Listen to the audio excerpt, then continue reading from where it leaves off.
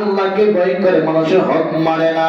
আল্লাহ কয় বন্ধুরা রে, ও বান্দারা তোমরা শোনো, ওই ব্যক্তি হলো সর্বশ্রেষ্ঠ যিনি আল্লাহকে ভয় করে, রাসূলকে মহব্বত করে।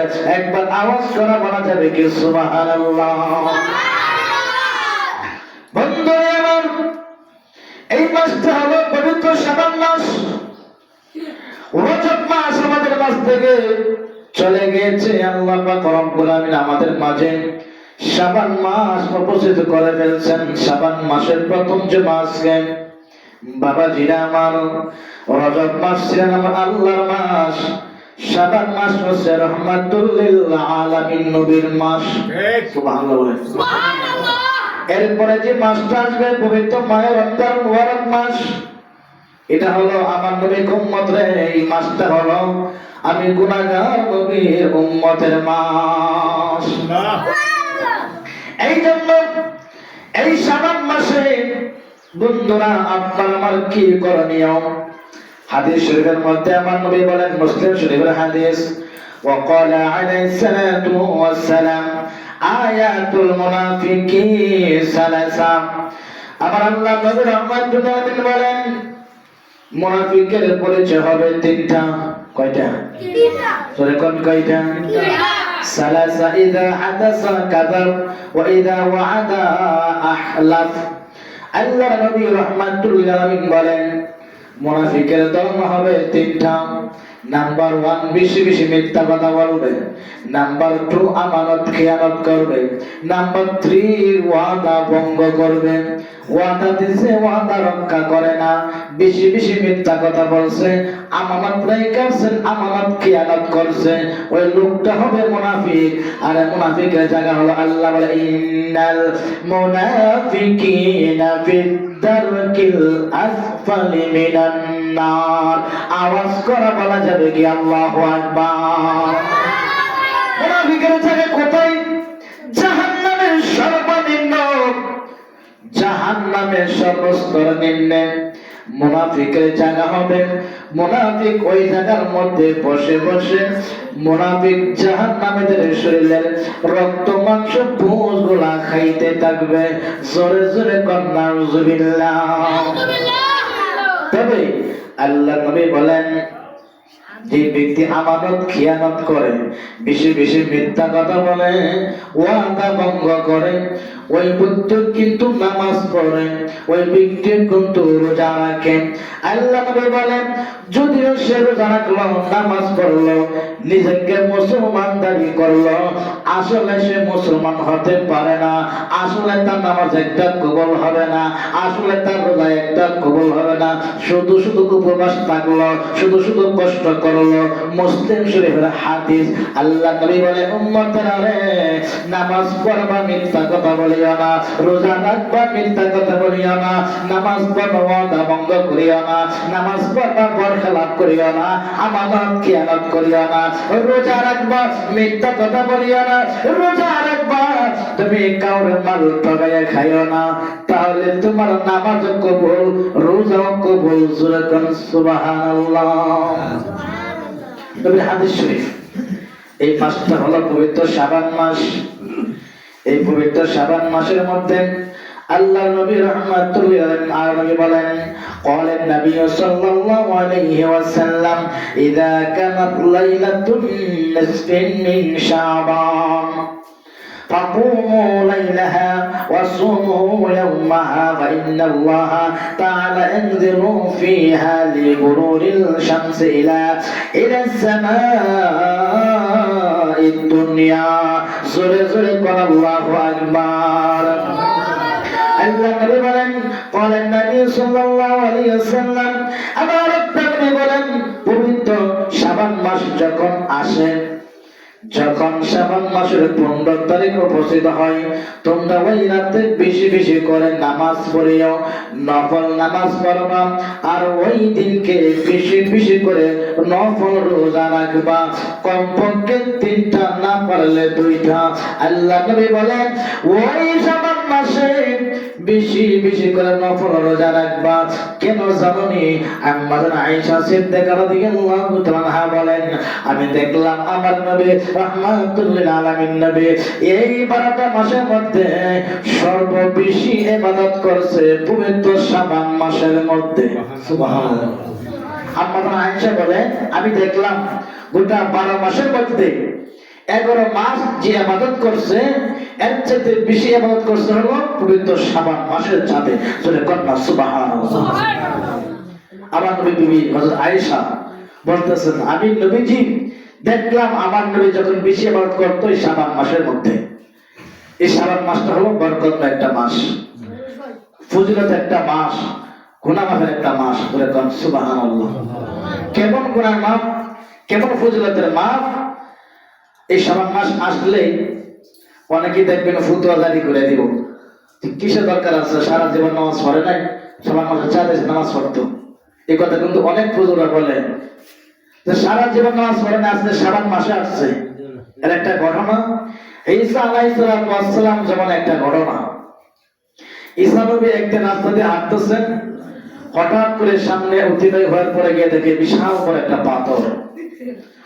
এত সুন্দর একটা পাথর, ঈসা নবী ডাকতে আল্লাহ গো, এত সুন্দর পাথর আমার জীবনে আর দেখি নাই। সুবহানাল্লাহ বলে। আল্লাহ কই, ঈসা রে, তুমি পাথর দেখে বলতেছো এর চেয়ে তার সুন্দর কিছু দেখোই নাই? আমি আল্লাহ আরো কিছু দেখাবো, যেটা দেখলে তুমি অবাক হয়ে যাবে। ঈসা নবী বলে, আর কি আমাকে দেখাবেন? তখন জিবরাইলকে ডাকতে আল্লাহ, হে জিবরাইল, যে পাথরকে ঈসা নবী দেখে বলতেছে এত সুন্দর পাথর,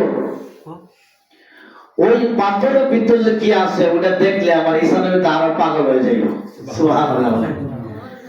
আরে জিবরাইল যাও, ঈসা নবীকে বলো পাথরটারে 2 ভাগ করতে। সঙ্গে সঙ্গে ঈসা নবী বললেন, কুম বিইজনিল্লাহ, আল্লাহর হুকুমে তুমি 2টা ভাগ হয়ে যাও। সাথে সাথে পাথর 2টা ভাগ হয়ে গেল। পাথর 2টা টুকরা হওয়ার পরে দেখে গো পাথর ভিতরে একজন আল্লাহর বান্দা বসে বসে আমার মাওলার জিকির করতেছে। আল্লাহর পয়গম্বর হযরত ঈসা নবী বলেন, আরে জিবরাইল, পাথর এমন একটা পাথর, এটার ভিতরে আলো বাতাস যাওয়ার কোনো সম্ভাবনা নাই। কিভাবে এটার ভিতরে তুমি থাকলা, কিভাবে তুমি জিন্দেগি বন্দেগি করতেছো, এবং কতদিন যাবত তুমি পাথরের এই ভিতরে বসবাস করতেছো?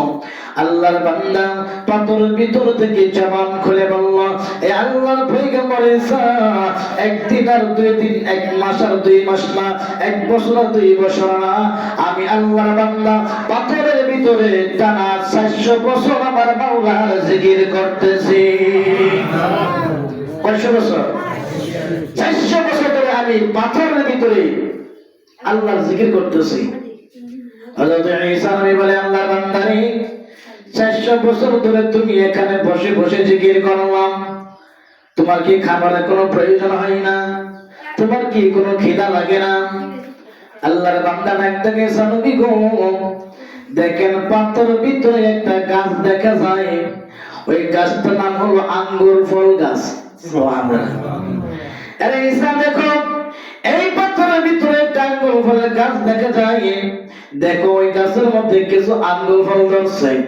আমার যখন খিদা লাগে গো, ওই গাছের থেকে আঙ্গুর খেয়ে খেয়ে আমি আল্লাহর বান্দা পেটের খিদা গুলো দূর করি, আর 400 বছর ধরে আমার মালিকের জিকির আমি করতেছি।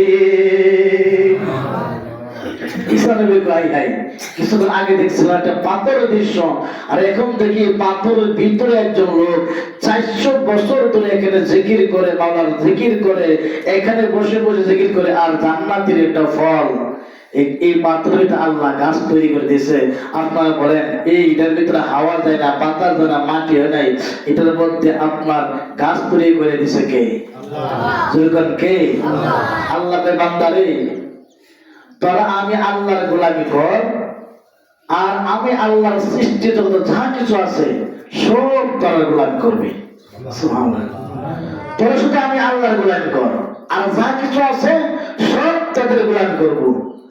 ঈসা নবী ডাক দিয়ে কইল, আল্লাহ গো, 400 বছর ইবাদত করলো এই লোকটা, 400 বছর ইবাদত করলো, আমাকে আপনি ইনজিল কিতাব আপনি আমাকে দান করলেন।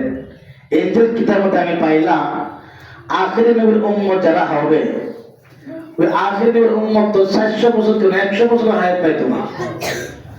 তো ওই লোকটা 400 বছর ইবাদত করে পাথরের ভিতরে বসে বসে জান্নাতি ফল আর আঙ্গুর ফল খায় আপনার জিকির করে, তা আখিরি নবীর উম্মত এত হায়াত পাইতো না, তারা কিভাবে আপনার আল্লাহকে সন্তুষ্ট করবে? আমার আল্লাহ কই ঈসা নবীরে, যদি আমার বন্ধু নবীর উম্মত তারা 400 বছর হায়াত পাইবে না, তবে সুবারে পবিত্র শাবান মাসের মধ্যে আমি আল্লাহ এমন একটা রাত্র বাজেট করলাম, যে রাতটা হবে আপনার 15 তারিখ, শাবান মাসের 15 তারিখে রাত্রে আমার বান্দা যখন ইবাদত করবেন, আর এক রাত্রি ইবাদত করার কারণে আমি আল্লাহ 400 বছর আর 500 বছর দেখিলাম আমার বান্দা জীবনে যত গুনাহ করেছে, পবিত্র শাবান মাসে এক রাতের আমলের কারণে আমি আমার বান্দার জীবনের গুনাহগুলি মাফ করে দিব। কেন জানেননি? একমাত্র আমার নবী রাহমাতুল লিল আলামিন নবীর খাতিরে আমার নবীর উম্মত হায়াত পাবে কম, কিন্তু কিছু কিছু রাত্র আসবে, ওই রাত্রের মধ্যে আমার কোন বান্দা বান্দি যদি সারা রাত ইবাদত করে, বেশি বেশি নফল রোজা রাখে, বেশি বেশি নফল রোজা রাখে, বেশি বেশি নফল নামাজ পড়ে, শাবান মাসের নামাজ আল্লাহর নবী রাহমাতুল লিল আলামিন নবী বলতেছে, উম্মতেরা রে, ওই নামাজ বেশি বেশি করে পড়বা, এরপরে পড়াটা পার হয়ে গেলে তাহাজ্জুদ নামাজের মধ্যে দাঁড়ায় যাইবা, তাহাজ্জুদ পড়তে পড়তে মসজিদে যখন ফজর আযান পড়ে যাবে, না ঘুমাইয়া ফজরের নামাজ টুকু পড়িয়া বান্দার কাছে আল্লাহর কাছে যখন বান্দা হাত বাড়াইব, আল্লাহ কই, বান্দারে শাবান মাসে আমি আল্লাহ তোদের হাতের দিকে তাকায় আছি, দেখি কোন বান্দা বান্দিরা নামাজের পরে ফজরের নামাজ টুকু আদায় করার পরে বান্দা যখন আমি আল্লাহর কাছে চাইবে, আমি আল্লাহ কথা দিলাম গো, ওই শাবান মাসে রাত্রে চাঁদের বিনিময়ে আমি আল্লাহ বান্দা যা চাইবো তাই দিয়ে দিব। এই শাবান মাসের চাঁদের 15 তারিখে শাবান মাসে লাইলাতুল শবে বরাত, পবিত্র লাইলাতুল শবে বরাতের নামাজ আপনি পড়বেন। প্রথমবার 2 রাকাত করে করে আদায় করবেন, নফল নামাজ 2 রাকাত করে করে আদায় করবেন, এবং প্রত্যেক রাকাতে সূরা ফাতিহা একবার, সূরা কুল হুয়াল্লাহ 10 বার পড়ে আপনি নামাজটা আদায় করবেন। আল্লাহ নবী বলেন, ওই আমল, ওই রোজা, নফল রোজা কোন উম্মত যখন এইভাবে আদায় করার পরে আল্লাহর কাছে চাইবে, আর আল্লাহ দিতে দেরি করবে না, গুনাহ মাফ করতে দেরি করবে না। সুবহানাল্লাহ। এই জন্য এই লাইলাতুল শবে বরাতের নামাজ আগেকার যেমন আমরা দেখতাম আমাদের এলাকায় এই দিবাগত 15 তারিখ আসলে বা 14 তারিখ আসলে আপনার রুটি বানাইতো, শ্যামাই রুটি বিতরণ করতো, এগুলো এখন বড় বড় হুজুর আইসা এমন একটা ফতোয়া দেয়, হ্যাঁ রুটিও বন্ধ করলো, নামাজও বন্ধ করে দিয়েছে। ওই কিসের নামাজ, কিসের কি? আরে বাবা, কিসের 12 রাকাত নামাজ পড়তে হবে? আমি বলবো 12 রাকাতের ফতোয়া তোমরা দিতেছ, আমি 12 রাকাত জাকাত হায়াত পাই 12,000 রাকাত পড়বো, তুমি ফতোয়া দিলে দেখাও যেটা পড়লে গুনাহ হইব। এই ফতোয়া যদি কোনো ব্যক্তি দেখাতে পারো, জীবনে বাংলাদেশের মুখ দেখাইতাম না, ইমামতি করবো না, আলোচনা করবো না, আর না হলে 12 রাকাত আমরা 12,000 নামাজ পড়বো, তুমি আপনাকে সাহস দাও, উৎসাহ দিয়ে দাও, আল্লাহর বান্দারা আল্লাহ ইবাদত করবে, তুমি এখানে এসে আর শুরু করতেছো, নামাজ চুরি করতেছো, ইবাদত চুরি করতেছো, অর্থাৎ বোঝায় দেয় তোমরা আসলে ইমানদার না, দালাল করা আপনার ইহুদদের দালাল। কথা বলেন ঠিক কিনা? আমরা ইহুদিদের দালাল না, আমরা হলো মদিনার নবীর গোলাম। কথা বলেন ঠিক কিনা? হযরত ঈসা রাদিয়াল্লাহু বলেন 400 বছর হায়াত পাইবে বনি ইসরাইল যেমন উম্মতেরা, আর আমার নবী রাহমাতুল লিল আলামিন নবীর উম্মতরা হায়াত পাবে কম, কিন্তু কিছু কিছু রাত্র আসবে লাইলাতুল নামাজ, লাইলাতুল কদর নামাজ, লাইলাতুল বরাত নামাজ, এক একটা রাত্র নামাজের বিনিময়ে আমার আল্লাহ হাজার হাজার রাত্রের সওয়াব আমল নামার মধ্যে লিখে দিবে। এই জন্য নবী বলছেন উম্মতেরা রে, ওই লাইলাতুল বরাতের নামাজের মধ্যে তুমি বেশি বেশি করে সদকা জারি দান করো। তোমার জিন্দা মুর্দার জন্য সদকা জারি করো, একটু তাবারকের ব্যবস্থা করো, এতিম মিসকিনের মুখের মধ্যে খাবার দাও, আল্লাহর রাস্তায় মসজিদের মধ্যে একটু আল্লাহর রাস্তায় সাহায্য করো, মাদ্রাসায় সাহায্য করো, ওই রাতটা সারা রাত ইবাদত করো, কাম জীবন ভরে করলা, সংসার জীবন ভরে করলা, বরাতের রাতটাকে সম্মান করো। আমার আল্লাহ কয় বান্দারে, যদি ওই রাতটাকে সম্মান করে এতিমের মুখে খাবার দিবি আর মসজিদে মাদ্রাসায় মধ্যে তুমি দান খয়রাত করবা, আল্লাহ কয় বান্দারে ওই রাতে আমি আল্লাহ তোদের হাতের দিকে তাকায় থাকবো, বান্দা যা চাইবো তাই আমি দিতে রাজি। সূরা কন্যা সুবহানাল্লাহ। আমরা চাইতে পারি নাই, আমরা চাইতে পারি নাই। সকাল রাত্রে দেখলাম বহুত মানুষ বাড়িতে ঘুমাইছে, বহুত মানুষ বাজারে আড্ডা দিছে, ঘরের মধ্যে আড্ডা দিছে, দোকান পাড়ে বসে বসে আড্ডা দিছে, মেরাজের নামাজে পড়তে আসলো না। আয় আফসোস, এবং রাত্র আর তোমার জীবনে পাও কি না পাও সন্দেহ আছে। বাবা সারা জীবন কি করছো না করছো এটা দেখার বিষয় নাই, একটা রাত্র পাইছো, রাত্রকে সম্মান করেন না। আগে ভাগে চলে নিয়ে আসেন, হাতের তবজি নিয়ে আসেন, শরীরটাকে পাক করে আসেন, টুপিটা ধৌত করেন, পাঞ্জাবিটা ধৌত করেন, চোখের মধ্যে সুরমা লাগান, গায়ে আতর লাগান, একটা আনন্দ দিন মনে করবেন। যে দিনটাকে তুমি নামাজের মধ্যে শ্রদ্ধার মধ্যে পড়ে পড়ে কানবে, আল্লাহ গো, গোটা এক বছর তো আমি সংসারের জন্য নামাজ পড়তে পারলাম না, আমি তো আমার সংসারের জন্য আমলে করতে পারলাম না, আল্লাহ যেহেতু পড়াতে রাত্রে পাইলাম, আল্লাহ এই রাত্রে কথা দিলাম, আল্লাহ ফজরের নামাজ না পড়লে আমি ঘুমাইতাম না। আল্লাহ কত রাত আমি গানের মধ্যে সারা রাত কেটে ফেলছি, কত রাত আমি কত জায়গায় রাত কেটে ফেলছি। আল্লাহ আজকে তোমার কাছে বলে দিলাম, নিয়ত করলাম, বহর হাদিস ইন্নাল্লাহ আমরু বিন নিয়াত, বান্দা তুই যখন নিয়তটা তোর সই হবে আর নিয়তের গুণে আমি আল্লাহ তোর বরকত বেশি বেশি করে দান করে দেব। সুবহানাল্লাহ। এই জন্য আল্লাহ বলেন, ওনার সাথে মানুষ যখন বলবে দেখেন বলে যে এমক সুন্দর, পুরি অনেক সুন্দর, আল্লাহ পুরি যে সুন্দর, আমি পুরানা কুতো বলি না, পুরি যে সুন্দর, কিন্তু মানুষ বলে পুরি সুন্দর। আমি কোরআনে কোথাও বলি না পুরি সুন্দর। তবে ফেরেশতাদেরকে আমি আল্লাহ বানাইছি শুধু তোমাদের খেদমত করার জন্য, ডিউটি করার জন্য। এই ফেরেশতা শুধু ভালো জানে, মন্দ জানে না। ফেরেশতা কি গুনাহ করে? গুনাহ করে? আল্লাহকে ফেরেশতা আমি জ্ঞান দিয়েছি শুধু তারা ভালো জানে, মন্দ জানে। আর ইবলিস শয়তানকে আমি জ্ঞান দিয়েছি শুধু মন্দ জানে, সে ভালো জানে না। তবে আমি আল্লাহ মানুষ যে ইনসানকে জ্ঞান দিয়েছি তারা ভালো জানে, মন্দ জানে। তোমাদেরকে জ্ঞান আমি দিলাম যে কোনটা ভালো কোনটা মন্দ, তোমরা এখন বাছাই করে নাও। আমি কিন্তু জান্নাত ফেরেশতার জন্য বানাই নাই, ইবলিসের জন্য বানাই নাই। জান্নাত বানাইছি আদমের জন্য, আমার নবীর উম্মতের জন্য, আমি আল্লাহর বান্দার জন্য জান্নাত বানাইছি। এই জান্নাতে যাইতে পারলে ফেরেশতারা তোমাদেরকে এমন ভাবে খেদমত করবে তুমি কল্পনা করতে পারবে না। আল্লাহকে কোনোদিন তুমি বলিও না যে এমন সুন্দর এমন সুন্দর। আমি আল্লাহ তোমাদেরকে সুন্দর করে বানাইলাম, এই সুন্দর বানাইতে গিয়ে আমার আল্লাহ 4টা কসম খাইছে। সুবহানাল্লাহ বলে কয়টা কসম? 4টা কসম খাইছে। কারণ আল্লাহকে কসম খাইলে তো গুরুত্ব বেশি, আল্লাহ কেন কসম খাইছে। আল্লাহ বলে তিন ফলের কসম আল্লাহ খাইলেন, 3 ফলের কসম। জাইতুন ফুলের কসম, তুর সিনিনা আল্লাহ সিনার পর্বতের কসম, ওয়াহাযাল বালাদিল আমিন আমার আল্লাহ কয় ওই কাবা ঘরের কসম।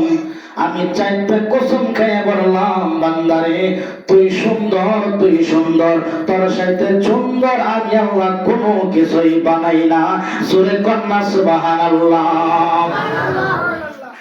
পৃথিবীর জমিনে কেউ কার হায়াত দিতে পারে?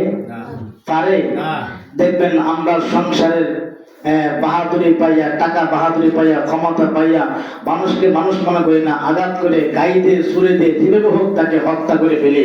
আমার আল্লাহ বান্দারে মানুষকে আমি বানাইছি 18,000 জাত যে আমি আল্লাহ বানাইলাম, শুধু বলছি কোন হয় কায়কুন হয়ে গেছে। সুবহানাল্লাহ বলে।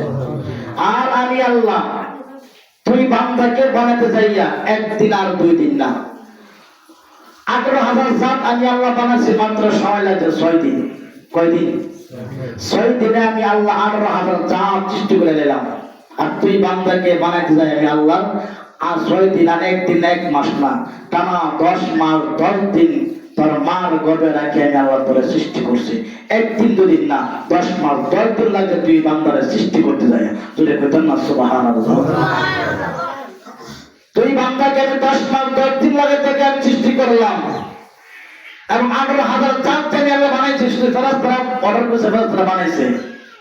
আর আমি আল্লাহ তোর এই গলা থেকে মাথা পর্যন্ত আমি ফেরেশতার হাত দিয়ে বানাই নাই, আমি আল্লাহ কুদরতে হাত দিয়া তোর এই সুরটারে বানাইছি। সেজন্য আমি আল্লাহ বলছি তুই হলো সবচেয়ে সুন্দর। যেরকম সুবহানাল্লাহ। আল্লাহ বলেন ইন্নাল ইনসানা লাফি খুসর। বান্দারে তবে শোনো তুমি কিন্তু ক্ষতিগ্রস্ত হবা। কেন জানোনি? আমি তোমাকে জ্ঞান দিলাম, তোমাকে সবকিছু দান করলাম, কোন জায়গার মধ্যে তুমি কোনটা কাজে লাগাইতে হবে। আল্লাহ যে 2টা চক্ষু দিলাম, চক্ষু নিয়ামত কোনদিন তুমি বলতে পারবে না কেমন নিয়ামত আমি আল্লাহ দান করলাম। আল্লাহ বলে ফাবি আইয়ি আলা রাব্বিকুমা তুকাযিবান। বান্দারে তুই স্বীকার কোনটা করবে? আমি যে তোমাকে নিয়ামত দান করলাম, 2টা চক্ষু দান করলাম। পৃথিবীর থেকে সূর্য কিন্তু আপনার 9,30,00,000 মাইল উপরে সূর্য। পৃথিবীর থেকে সূর্যরা 9,30,00,000 মাইল উপরে সূর্য। বাবা দিলে আমার ওই সূর্যটা কিন্তু আপনি আমি এত দ্রুত দেখতে পাই। কেমন পাওয়ার দিছে আল্লাহ আপনার আমার চোখের মধ্যে। বাবারে জীবন নিয়ামত আল্লাহর শুকরিয়া আদায় করে শেষ করতে পারবে না। যারা অন্ধ তাদেরকে জিজ্ঞাসা করেন বাইরে জীবনের কোনদিন তুমি কিছু দেখতে পারো না, তোমার কাছে কেমন লাগে? অন্ধ লোক বলবে হে আল্লাহর বান্দা দেখি নাই কেমন রে পৃথিবীটা জানি কত সুন্দর, কেমন জানি তোরা কত সুন্দর, কেমন জানি গাছের ফল সুন্দর। আমার আল্লাহ চক্ষু দেন আমি দেখতে পারি নাই, কিন্তু তুমি নিয়ামত আদায় করলে না। 2টা চক্ষু আল্লাহ দান করছে। আল্লাহ কই বান্দারে ইন্নাল ইনসানা ফিল খুসরে। আমি যে বললাম তুমি ক্ষতিগ্রস্ত হবে কেন জানো নে? 2টা চক্ষু দিলাম, তুমি 9,30,00,000 মাইল উপরে তুমি সূর্য দেখতে পারো, সেকেন্ডের মাইলে দেখতে পারো। এত পাওয়ারফুল চক্ষু আমি আল্লাহ দান করলাম। তবে চোখটা দিয়া কি করে নেছিল তুমি কি করলা? যে চক্ষু দিলাম দেখে দেখে কোরআন তেলাওয়াত করার জন্য। কোনটা তুমি বান্দা দেখে দেখে কোরআন তেলাওয়াত করলে না, তুমি বান্দি দেখে দেখে কোরআন তেলাওয়াত করলে না। যে চক্ষু দিলাম কোরআন শরীফ দেখে দেখে পড়ার জন্য, আর ওই চক্ষু দিয়ে তুমি সিনেমার গান দেখলা, সারাদিন তুমি বেপরদা গান দেখলা, আর এই যে চক্ষু দিয়ে তুমি দিনার কাজ করলা। আল্লাহকে বান্দারে আমি যে বলছি ক্ষতিগ্রস্ত হইবা, এটাই হলো তোমার ক্ষতিগ্রস্ত 1 নাম্বার প্রমাণ। কথা কোন ঠিক কিনা? চক্ষু দিলাম বান্দা তুমি কোরআন তেলাওয়াত করো, বান্দারে যে হাত দিয়ে তুমি কাজ করো। আমি আল্লাহ চাইলে সেকেন্ডে হাতকে আমি আল্লাহ প্যারালাইসিস দিয়া পঙ্গু বানাইতে পারে কি পারে না? আল্লাহ কই বান্দারে আমি শুধু ছেড়ে দেই কিন্তু ছেড়ে দিব না, ভবিষ্যৎ ছেড়ে দিছি না, কখনো ছেড়ে দিব না।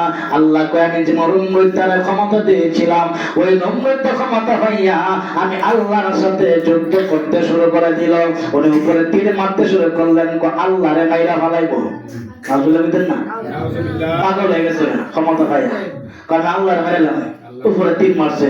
আল্লাহ ইব্রাহিম এত পাগল হয়ে গেছে ক্ষমতা পাই, হ্যাঁ ভাবছে মনে হয় ক্ষমতা হয়ে গেছে। আমি আল্লাহর কথা পাওয়ারফুল ক্ষমতা এমন জানে না। ঠিক আছে, একটা সান্ত্বনা দিয়ে তীর উপরে মারছে। আল্লাহ একটা ঈসা আমার সামনে জিজ্ঞাসা মাধ্যমে ধরাই দিছে। ঈসা মাসের মধ্যে যখন তীরটা ঢুকে গেছে, ঈসার রক্ত যখন তীরের মধ্যে লেগে গেল, এই তীরটা যখন জমিনে পড়লো, নম্রের দেখো সবাই শোনো বলে কি আল্লাহ তো শেষ। আল্লাহ কেমন পাগল, কেমন পাগল। এটা পাগল আমাদের জমিনে আছে না? আছে না? ক্ষমতা ভাইয়া মানুষকে মানুষ মনে করে না। এবার আমার মতো ক্ষমতা কেউ নেই। আল্লাহকে হারিয়ে বেড়া তুই বুঝোস তার নম্রিতের মতো বেড়া আমি একটা ল্যান্ডার শেষ করেছি। সে রুমরে দেখো আল্লাহ যত মাইরা দিয়েছে একটা অনুষ্ঠান করছে, সব মানুষকে দাওয়াত দিল, দাওয়াতে আনলেন অনুষ্ঠানের মধ্যে। আনার পরে এ বলবো যে আজকে যা করার সব করবা, নাচানাচি করবা, মেয়েটি আনলো এখানে অনুষ্ঠান করবে। একজন আল্লাহ ডাক দেখো, হে মশা, ন্যাংরা মশা এদিকে আয়, তোর কাজ এবার শুরু করে দে। ন্যাংরা মশা এক পাওয়া ন্যাংরা দিয়া নাক দিয়ে ঢুকছে, মাথার মধ্যে গিয়ে যখন কামড় দিছে, নম্বরটা তো পাগলের মতো শুরু হয়ে গেছে। কিরে মাথার মধ্যে কি আঘাত করতেছে, উল্টা পাল্টা কথা শুরু হয়ে গেছে। এখন তার ওষুধ খাওয়া, এই খাওয়া, সেই খাওয়া ভালো হয় না। অবশেষে ডাক দেখো, কিরে ভালো হয় না কেন? পরে জুতা লেগেছে, চলে গেছে বাড়িতে পরে এমনটা নেই, তার একটু এই কান্দানটা বন্ধ হয়েছে। এবার নম্বর দেখো, ঠিক আছে রে, জুতা বাড়ি দিলে মনে হয় এই রোগটা ভালো হয়। আল্লাহ কয়, দেখ তুই বেটাগিরি ভাইয়া ক্ষমতা ভাই কি করস, আমি আল্লাহ তোরে কি সাইজ করি, তুই আনন্দ করতেছ, আল্লাহ সাথে বড়াই করস। এবার মশা কয়, হে মশা, মাঝে মাঝে একটু তারে সিঙ্গেল দিবি, আর যখন জুতার বাড়ি দিবি তুই বন্ধ করবি। এখন ওই নম্বরে দেখো, হ্যাঁ আমার তো একজন ডিউটিদার লাগবে, শুধু জুতার বাড়ি দেওয়ার লাগে। একটা ডিউটিদার লাগছে, তোর কাজ হয়ে জুতার বাড়ি দিবি। এখন একটু পরে যখন মশা কামড় মারে, ফাঁকার মতো হয়ে যায়, আর এমনি জুতোতে বাড়ি, জুতোতে বাড়িতে বাড়িতে লাল মারলাম, পরে গিয়ে কামড় বন্ধ করে। মানুষ যারা আসছে আর কিরি কোন ফাঁকা উদ্ধার করে এলাম, সকলে দেখলাম কত রূপ, দেখলাম কত চিকিৎসা করে, এর বাড়ি হলো জুতার বাড়ি দিলে ভালো হয়ে যায়। অবশ্যই যে কটা টিভিদার হয়েছে, এই টিভিদারও ভালো লেগেছে। কি করতাম, আমার তো বাথরুম কোনো লাগে, পায়খানা কোনো লাগে, রেস্ট নেওয়া লাগে, হ্যাঁ রেস্টের সময় নেই, হ্যাঁ প্রস্তাব করতে গেছে, হ্যাঁ হ্যাঁ তাড়াতাড়ি আয়, আমার তো খাই লেগেছে। এবার কি করবো মনে, আমার তো যাবি নাই, ওই হ্যাঁ 24 ঘন্টায় ডিউটি কোনো লাগে, পায়খানার সময় নেই, ঘুমানোর সময় নেই। একবার হ্যাঁ একবার মারিলাম, নিয়ত করে বাথরুম থেকে আইসে, আয়া যখন আলে মশা কামড় দিয়েছে, মঙ্গল থেকে শুরু করে জুতার বাড়ি। এখন আজকাল জুতা বাড়ি তার না, বুঝতে একটা মঙ্গল সেমন একটা বাড়ি দিয়েছে, তুই বাঘ কেল্লারা ভাগ হয়ে গেছে, ভাগ হয়ে দেহে কেল্লার মাঝখানে মগজের মধ্যে ওই ন্যাংটা মশা বয়ে গেছে। মশা ডাক দেখ, আল্লাহ ক্ষমতা দাও, দিলাম কথা কর, এই শোন ক্ষমতা তোর আল্লাহ দিছে, কিন্তু এই ক্ষমতা শেষ করে আমি আল্লাহ আমার মশারে বাড়াইছে, বেশি লাগে না বাবা ক্ষমতা শেষ করতে, আল্লাহ সেকেন্ড লাগবে, সেকেন্ড। এই হাত দিলাম তোমার কি করণীয় ছিল, কিন্তু হাত তুমি গরিবের হাতের পায়ের মধ্যে ধরলা, মাথার মধ্যে ধরলা, যে হাত দিয়ে তুমি মানুষেরকে দান করার কথা ছিল কিন্তু তুমি দান করলে না, যে পা দিয়ে হেঁটে হেঁটে মসজিদে যাওয়ার কথা ছিল, মাদ্রাসায় যাওয়ার কথা ছিল, ভালো কাজ করার কথা ছিল, কিন্তু সেই পা দিয়ে তুমি খারাপ কাজ করলা, যে পা দিয়ে হেঁটে তুমি চুরির মধ্যে গেলা, যে পা হেঁটে তুমি গানের মধ্যে গেলা, যে পা হেঁটে তুমি বাজার মধ্যে গেলা। আল্লাহ কয় বান্দারে, একটা বার তুমি চিন্তা করলে না, হাত পা চোখ সারা শরীর পড়িলা, আমি আল্লাহ কেন তোমার দান করলাম? একটা বার ঘুমায়া ঘুমায় চিন্তা করবে, কোনদিন আমি আল্লাহর নিয়ামত তুমি অস্বীকার করতে পারবে পারবে না? এই জন্য বাবা জুমার দিন বিশাল আলোচনা করার সময় পাই না। তো আমাদের কথা হলো, আমরা শাবান মাসের চাঁদের 15 তারিখে এবং 13, 14, 15 তিনটা রোজা আমরা তিনটা রোজা আমরা রাখার চেষ্টা করব। আবার 3টা রোজা সারা জীবন তো ফেট করে খাইছি, ওই 3টা রোজা রাখবো, যে না করেন আবার 2টা রাখবে, 2টা রোজা রাখবে। আর শাবান মাসের চাঁদে আশা করি সবাই হাতে পায়ে বলে দিয়ে যায়, সবাই মসজিদে আসবে, একসাথে নামাজ পড়বো, একসাথে জিকির করব, একসাথে দোয়া করব, পারলে ইতিম মিসকিন কিছু খাওয়াবেন, আল্লাহ রাস্তায় দান করবেন, হ্যাঁ আপনার বাপ মা জন্য একটু দোয়া করবেন, বাপ মা জন্য কবরে একটু দোয়া করবেন, নামাজ পড়ে সারা রাত ইবাদত করবেন। গ্রাম অঞ্চল কর্মই, আমি যখন শহরে 1 বছর ছিলাম, আপনার গ্রামের 15 নম্বর শঙ্করে, তখন দেখতাম বরাত রাত্রে আসলে সারা রাত বসে ইবাদত করতো, সারা রাত।